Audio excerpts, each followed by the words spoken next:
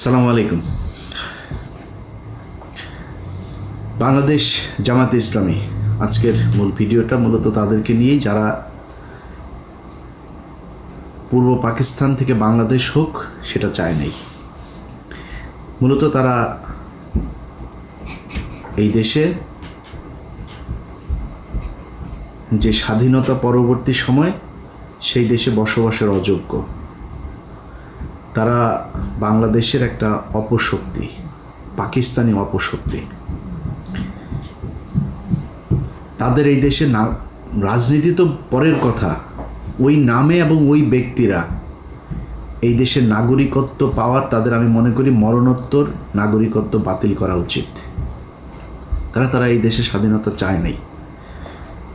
এখন আপনি হয়তো আজকে আমার এই কথা শোনার পরে মনে করবেন যে আমি এতদিন আমি তো নিজেই বলতাম, হ্যাঁ আমি বলতাম, আমার তো ওই সময় জন্ম হয়নি। আমার জন্ম হইলে আমি দুই পাকিস্তানকে এক রাখতেই চাইতাম, যদি না পারতাম আমি ওই পাকিস্তানে পশ্চিম পাকিস্তানে চলে যেতাম। আপনি পশ্চিম পাকিস্তানের পক্ষ হয়ে যুদ্ধ করলেন, পূর্ব পাকিস্তান স্বাধীন হয়ে গেল, আপনি আবার পূর্ব পাকিস্তানে থাকার জন্য আপনার এত খায়েশ কেন? আবার পূর্ব পাকিস্তানে আপনি রাজনীতি করবেন, সেই দলেই রাজনীতি করবেন, এত ঘাটতেরামো কেন?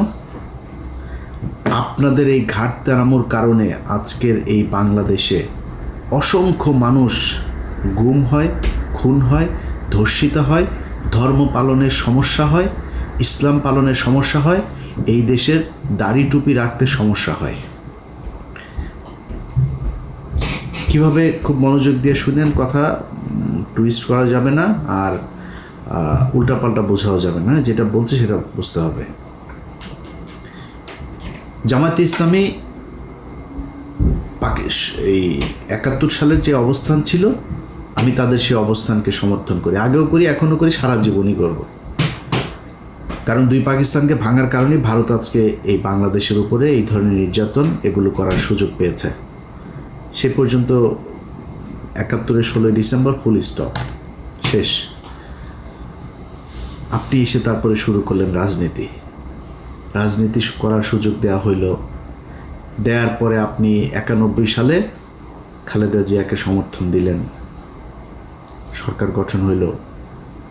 ৯১ থেকে খালেদা জিয়া ৯৬ পর্যন্ত কি দোষ করেছিল যে আপনি ৯৬ সালে শেখ হাসিনার পক্ষে যায় খালেদাকে হটানোর জন্য জীবন মরণ দিয়ে যুদ্ধ করলেন?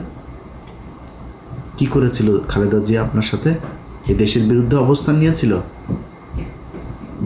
বিএনপি দুর্নীতি করেছিল, দুর্নীতি আজকে করে নাকি, কালকে করবে নাকি, এই বিএনপি আবার আসলে আবার করবে। আওয়ামী লীগ কী করেছে গত ১৫ বছরে দেখেন না চোখে? কেউ কেউ বলে থাকে ওই মেট্রো রেলে উঠলে নাকি দুইটা শব্দ তাদের খুব লাগে, যে মুনাফেকের জাতি নাকি যেন বলে, বেইমানের জাত, এটা মনে হয়। আরে তোর বাপের টাকা দিয়ে এই বানাই দিয়ে গেছিস, তোরা যেই টাকা দিয়ে মেট্রো রেল বানিয়েছিস, এরকম টাকা দিয়ে মেট্রো রেল এরকম পুরো ঢাকা শহর ছেয়ে ফেলা যায়। ৩ পদ্মা সেতুর টাকায় ১ পদ্মা সেতু বানাইছিস। তোদের মেট্রো রেল আর পদ্মা সেতুতে উঠলে মনে হওয়ার কথা ওই টাকাগুলো নিয়ে গেছিস, ওই টাকাগুলো ফেরত দেওয়ার কথা মনে হওয়া দরকার। বেইমানের জাত, মানে তোর বাপের টাকা দিয়ে করছিস না? তো এই দেশে যারা ওই সময় রাজনীতি করেছে, বিএনপি বলেন, আওয়ামী লীগ বলেন, সবাই দুর্নীতি করেছে। তো আপনি ৯১ থেকে ৯৬-তে আপনি জানেন না শেখ হাসিনাকে বাংলাদেশে ইন্ডিয়া পাঠিয়েছে কেন? ৯১-তেই তো ইন্ডিয়া তাকে বসাতে চেয়েছিল, পারে নাই, ৯৬-তে বসাবে। আপনার এইটুক দূরদর্শিতা নিচে চুল গজায় নেয় আপনার, যে আপনি বুঝেন না যে হাসিনাকে দিয়ে তারপরে এই দেশটাকে ভারত নিয়ন্ত্রণ করবে। হাসিনার পক্ষ জয় করলেন, ২ দিন পরে আবার ভাতার পাল্টাইলেন, ওই ভাতার আর ভাল লাগে না, ভাতার পাল্টায় আবার ফের খালেদা জিয়ার কাছে আসলেন, এসে তারপরে পায়ে টায়ে ধইরা তারপরে জোট করলেন, করে আবার ক্ষমতায় বসলেন। ক্ষমতায় বসার পরে এরপরে দেশ চালাইলেন। দেশ চালানোর সময় যা যা হয়েছে, যেভাবে চলেছে, সেখানে তো আপনার বোঝার আমার মনে হয় না যে কোনো সমস্যা হয়েছে যে খালেদা জিয়া কী চায়, খালেদা জিয়া কি আসলে ভারতের লোক না কিসের লোক। যদি সমস্যা হতো তাহলে তো ওই সময় চলে আসতেন, সরেন নাই তো, তাদের সাথেই ছিলেন। আসলো 2024, মাঝখানের পুরোটা সময় বাদ দিলাম বিরোধী দলে। 24 আসার পরে আগস্টে হাসিনারে সরাইলেন, সরানোর পরপর বিএনপি আবার খারাপ হয়ে গেল। কারণ কি? বিএনপি তারেক রহমান ইন্ডিয়ার কাছে বিক্রি হয়ে গিয়েছে। বিএনপির চোর মানে যদি ধরা যায় 80%ই চোর, মানে এটা করার পরে দেশের মানুষই ভাই 90% 99% চোর আমার দেশের, ইনক্লুডিং মি। আমি বাদ দিলাম না, 99% চোর এই দেশে, হয়তো 2-1% ভালো থাকতে পারে। তো বিএনপি চুরি করেছে, ওটা বাদ। বিএনপি আওয়ামী লীগ এই ইন্ডিয়ার সাথে কিছু করেছিল নাকি? খালেদা জিয়া তারেক রহমান বিক্রি হয়ে গিয়েছিল, 5 তারিখে বিক্রি হয়েছিল। তো 5 তারিখের পরে বিএনপি খারাপ হয়ে গেল কেন হঠাৎ আপনার কাছে? আপনার বাল গজায় নাই যে এই আপনি যদি বিএনপির সাথে দ্বন্দ্ব করেন তাইলে ইন্ডিয়া আবার এখানে ঢুকবে? আচ্ছা, আপনি বললেন যে আপনি কি সবাই মাফ করে দিয়েছেন আপনি আওয়ামী লীগকে। চাচার সমস্যা কি? ভিডিও টিডিও আছে নাকি রয়ের কাছে? টাকা পয়সা লেনদেনের কোনো কিছু আছে? সমস্যাটা কোথায়? আপনি এসে বললেন মাফ করে দিলাম, তো আপনার কথা হওয়ার কথা না। আরে ভাই, গত 15 বছর এই দেশটা ইন্ডিয়ার কাছে বিক্রি করে দিয়েছিল। আপনি সেই দেশের স্বাধীন হবার পরে আপনি তাদেরকে মাফ করে দিয়া তারপরে তাদেরকে নিয়ে থাকতে চান। কারণ কি? সমস্যাটা কি? এটা তো বলা দরকার মানুষের কাছে। এ কোন কারণে, কি স্বার্থ দেখে বা কোন যুক্তিতে আপনি তাদেরকে মাফ করে দিচ্ছেন এত তাড়াতাড়ি? বিএনপি শুরু করলো, জামাত টানছে, আমাদেরও তো তাহলে সবাই টানা দরকার। টানাটানি আওয়ামী লীগরে কে কত নিতে পারে, এদের কাছে সবচেয়ে প্রিয় মানুষ হয়ে গেল আওয়ামী লীগ। 5 আগস্টের পর থেকে আজ পর্যন্ত বলেন, এই দেশে নিজেরে নিয়ে যদি এখন কথা বলতে চাই তাহলে মনে হবে আমি বোধহয় নিজেরে মানে বলতেও লজ্জা লাগে। আমি পিনাকি আর কনক সারোয়ার 2-4 জন আরও আছেন, এদের বাইরে আর কারোর তো আমি দেখি না যারা কিনা ইন্ডিয়ার ব্যাপারে একদম জিরো টলারেন্স নিয়ে তারপরে কোনো কথা বলছে বা কোনো কাজ করছে, কাউরে দেখি না। তো আপনি এদের কাছে নির্যাতিত হইলেন, এতটা দিন ধরে নির্যাতিত হইলেন, এদের ব্যাপারে আপনার কোনো সমস্যা নেই, কোনো অভিযোগ নাই। আমরা ফাইন্ড আউট করে দিলাম যে এই যে এই ব্যক্তি এই প্রতিষ্ঠানগুলো ইন্ডিয়ার ওয়ার করেছে, পক্ষে কাজ করেছে। আপনিও তাদেরকে নিয়ে বসায় স্টেজে বসায় তারপরে বক্তব্য শোনাবেন। পিছনে দেখি ওই যে শফিকুল ইসলাম মাসুদ চোখ বন্ধ করে মনে হয় বিশাল ধ্যানে আছে, মানে ওর বাপ ওই সন্তোষ শর্মা বক্তব্য দেয়, ওর বাপের বক্তব্য শোনা মধুর মানে স্টেজে দাঁড়ায় রয়েছে, পিছনে বডিগার্ডের মতো, সোহরাওয়ার্দীর বডিগার্ড শেখ মুজিবের মতো ওইভাবে দাঁড়ায় আছে। এটা এই জন্য এই 15 বছর এই জন্য মানুষ জীবন দিয়েছে। আপনার এই প্রোগ্রামটা যারা অর্গানাইজ করেছেন তাদেরকে, সেই জামাতের নেতা যারা সন্তোষ শর্মাকে দাওয়াত দিয়েছেন, সে ব্যক্তিগুলোকে একটু বলি যে মনে করেন আপনারা অলমোস্ট সবাই জেলে গিয়েছেন আমি যতটুকু জানি। জেলে যাওয়ার পরে আপনার স্ত্রী বা মেয়েকে পুলিশ আপনাকে ক্রস ফায়ার দিবে এটা মনে করে তারপরে ধর্ষণ করেছে, ধর্ষণ করে পেটে বাচ্চাও দিয়ে দিয়েছে। অ্যাবর্শন তো আর করাইতে পারে না লজ্জায় শরমে। আপনাদের ঘরে যদি ওরকম একটা বাচ্চা টাচ্চা যদি থাকে, মনে করেন থাকে, কেমন লাগবে? আসতে কি না ওইটাও তো আল্লাহই জানে। থাকতে পারে না? কেন বললাম জানেন কথাটা? আলেপের কথা মনে আছে?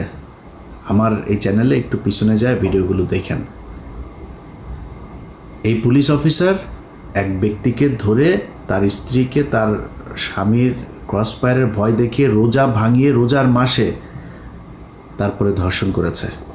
দেখেছেন আমার এই চ্যানেলে ভিডিওটা? এরকম 16 জন আমাদের বাংলা এডিশন অফিসে গিয়েছিল। তো বাংলা এডিশনের কাছে যারা গিয়েছে ওরা তথ্য দিতে চায়, নাম টাম বলার পারমিশন দিচ্ছেন। তা বললাম নাম টাম কিছু যদি না বলি, কোনো পুলিশের নাম বলতে দেবেন না, ওরা লজ্জায় কারণে বলতে চায় না। তো এখন ওই ব্যক্তি শুধু আমাদের কাছে বক্তব্য দিয়েছিল, কারণ ওর স্ত্রী মারা গিয়েছে। এগুলো নিয়েই দ্বন্দ্ব, সাংসারিক দ্বন্দ্ব, তারপরে আবার উনি গর্ভবতী ছিল, এইসব সমস্যা মিলে হঠাৎ করে মারা গিয়েছে। স্বামী স্ত্রীর মধ্যে এটা নিয়ে খুব খারাপ পরিস্থিতি চলছিল, মারা গিয়েছে। সে লোকের কথা শোনেন নাই? ওই লোকের স্ত্রীকে এইভাবে জোর করে ধর্ষণ করেছে। আমরা তো জানি না আরও কত মানুষের স্ত্রীকে এইভাবে ধর্ষণ করেছে যারা আমাদের কাছ পর্যন্ত পৌঁছাইতে পারেনি। আপনি মাফ করে দেওয়ার কে? তাদের কাছে জিজ্ঞেস করেছেন? ভারত গেল 15 বছরে যা করেছে সেটার শাস্তি হতে হবে। শুধু শাস্তি না, সারা জীবনের জন্য তাদেরকে নিষিদ্ধ করতে হবে। আপনি 2 দিনের মাথায় মাফ করে দেন। খিলগাঁয়ের জনির কথা মনে আছে? বুকে গুলি কয়টা? 19 গুলি নিয়ে তারপরে মরতে হয়েছিল, ছোট বাচ্চা। তবে বাচ্চার কাছে গিয়ে জিজ্ঞেস করেছেন যে ওর বাপের এই হত্যাকাণ্ডকে সে মাফ করেছে কিনা? সারা দেশে সেই 5ই মে থেকে শুরু করে বিভিন্ন সময় এই দেশের গণহত্যা চালিয়েছে। ঠিক যখন আপনি কথাটা বলছিলেন তার 1 মাস আগে, 15 দিন আগে একটা গণহত্যা চালিয়েছে। আপনি তাদেরকে মাফ করে দিচ্ছেন এত তাড়াতাড়ি। নিশ্চয়ই চাচা মিয়া ভিডিও টিডিও কোনো মমতাজ কারোর সাথে মনে হয় আকাম কুকামের কোনো ভিডিও আপনার আছে আওয়ামী লীগের কাছে বা রয়ের কাছে। এই জন্য আপনি বক্তব্য দিতে বাধ্য হয়েছেন। ওইটা আপনার বক্তব্য হওয়ার কথা না। আমি একজন মানুষ হিসাবে, সুস্থ মস্তিষ্কের একটা মানুষ হিসাবে এটা আমি মনে করি না। হয় আমি পাগল হয়ে গিয়েছি, নাহলে আপনার কোনো ভিডিও টিডিও কিছু একটা আছে, নাহলে আপনি মাফ করতে পারেন না। আপনাদের অনেকের খারাপ লাগতে পারে ভাই, এই দেশের এই জামাত ইসলামের কারণে। আমি সরাসরি বলি, ধরেন আমি কয়েকদিন আগে ওই যে বিরিয়ানি আলম সাহেব বলেছিলেন, তার সাথে আমার ওয়াশিংটনে আমরা মুশফিক ভাই এরা কয়েকজন ছিলাম একটা প্রেস ব্রিফিংয়ে এখানে। তো আমার জিজ্ঞেস করছিল যে আপনি নির্বাচন হলে কারে ভোট দেন? বলে নির্বাচন হলে জামাত ইসলামরে ভোট দেবো। এখনও এটা প্রকাশ্যে, মানে এটা আমি যেটা বলি আমি সবার সাথে কথা ওইভাবেই বলি। বলছি জামাত ইসলামে দেবো। বলছে কেন জামাত ইসলামে কেন দেবেন? বললাম জামাত ইসলাম বিএনপি দুইটা আমার কাছে সমান্তরাল, কিন্তু যেহেতু ওরা ইসলামটাকে একটু প্রিফার করে তো আমি এই কারণে জামাত ইসলামকেই ভোটটা দিব, বাট আমি বিএনপিকেও পছন্দ করি। এখনও বলছি, এই এক কারণে জামাত ইসলামের প্রতি মানুষের যে দুর্বলতা, এইটার কারণে বিএনপির চাইতে আপনারা অনেকেই হয়তো জামাত ইসলামের, অনেকে আমার তো মানুষ জামাত ইসলামই মনে করে, তো কালকে হয়তো মনে করছে আরে ইলিয়াস এই কী সমস্যা, কি ইলিয়াস তো দেই জামাতও করেনি, তাহলে আসলে করে কোন দল? এখন আমি জামাত করি না, কিন্তু বিএনপির লোকজন কিন্তু আমার জামাত বানায়। এই যে জামাত বলা হয় এটার কারণ কি জানেন? এটার কারণ হচ্ছে ওই যে ধর্মীয় কথাবার্তা বলি। যখন অফিসে জব করতাম ইটিভিতে, রোজা রাখতাম, রোজা রাখাই তো আবার মাঝে মধ্যে ধরেন শুক্রবারে নামাজ টামাজ পড়ার জন্য সময় চাইতাম অফিসে। এই তো জঙ্গি, তো মানে শিবিরের লোক। আবার ওই হরতালের সময় শিবিরের ওই ফুটেজ যেগুলো আমি তাড়াতাড়ি পাইতাম আর কি, আমার কাছে এই তথ্য আমি সোর্স মেনটেন করতাম। মনে করেন ওর সাথে ও এত ফুটেজ পায় কেমনে, কোথায় ভাঙচুর হয় এটাও জানে কেমনে। এইটাও আর একটা কারণ। আমি একা না, আপনি বিএনপির সাথে বলবেন যে আমি বিএনপি করি বলে এই বা মানে বিএনপির কিছু দেখি না এটা বলে আপনি পাওয়ার সুযোগ নাই। কারণ বিএনপির সাথে আপনার অনেকগুলো জায়গায় পার্থক্য আছে, যেই পার্থক্যটা আপনাকে মেনটেন করতে হবে। যে পার্থক্যগুলো কি? আবরার ফাহাদ বলেছিল সে শিবির করে, আবরার ফাহাদকে হত্যা করা হয়েছে শিবির সন্দেহে, জানেন না? আমি বেতন পেয়েছি 23,000 টাকা বেতন পাই মাত্র, তখন বেতনের পুরো টাকাটা নিয়ে তারপরে যে কোনো জামাত ইসলামের কোনো একটা জায়গায় দিয়ে এসছি। এটা একটা রসিদ ছিল, সেই রসিদটা আমার ডয়ারে ছিল, 23,000 টাকার একটা রসিদ। 23,800 টাকা বেতন পাইতাম তখন, 800 রেখে দিয়েছিলাম, 23,000 টাকার রসিদটা দিয়েছিলাম। তো আমি যেহেতু ঢাকা শহরে আমার যেহেতু মানে নিজের বাবার বাড়িটাই আছে, আমার যেহেতু মানে ভাড়া দিতে হয় না, আমি অফিসে অন্যদের চাইতে একটু রিল্যাক্স থাকতাম, কোনো বাজার টাজার কোনো কিছু, আমার কোনো ঝামেলা ছিল না। তো আমি ওই টাকাটা দিয়েছিলাম। তো আমি ইটিভি থেকে আমাকে যখন এই চেয়ারম্যান যখন জেলখানায় গেল, তখন আমার ড্রয়ার তো আমি কোনো জিনিসপত্র কিছু নিয়ে আসার সুযোগ পাইনি, আমি আর অফিসে যাইনি। আমার ওইখানেই খুঁজে টুজে এগুলো পেয়েছিল। ওই রসিদটা নিয়ে ডিবির মনিরের কাছে দিয়ে এসেছিল আমাদের 21 টেলিভিশনের অখিল পোদ্দার। আমার অনেক ঝামেলা হয়েছে ভাই, শুধুমাত্র এই জামাতের পক্ষে কথা বলা কিংবা জামাতের মতো করে কথা বলার কারণে। এই দায় আপনাদেরকে নিতে হবে। আবরার ফাহাদ মারা গিয়েছে, এই দায় আপনাকে নিতে হবে। আপনি ইসলাম নিয়ে রাজনীতি করেন, এই জন্য আপনার নামে যাদেরকে ফজরের নামাজ পড়তে যাওয়ার কারণে জঙ্গি বানিয়ে শিবির ট্যাগ দিয়ে তারপরে ফাঁসি দেওয়া হয়েছে, ক্রসফায়ার দেওয়া হয়েছে, যাদের স্ত্রীদেরকে ধর্ষণ করা হয়েছে, এর সব দায় জামাত ইসলামকে নিতে হবে। এই জন্য আপনার দায় অনেক বেশি বিএনপির চাইতে।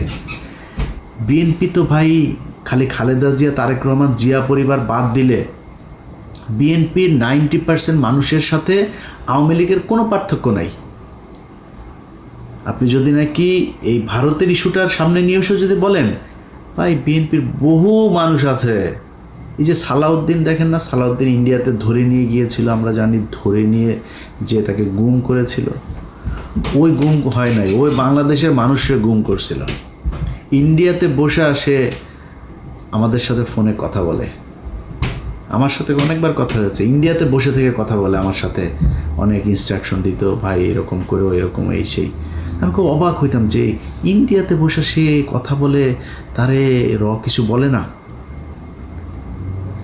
তখন কিন্তু আমরা এটা নিয়ে আলোচনা করতাম যে সমস্যা, এরা আসলে ইন্ডিয়া নিয়ে গিয়েছে ভাব ধরানোর জন্য, সে আসলে রয়েরই লোক, ওইখানে নিয়ে তাকে ট্রেন আপ করা হচ্ছে বিএনপিকে, যাতে সে দেশে গিয়ে তারপরে সার্ভিসটা দিতে পারে।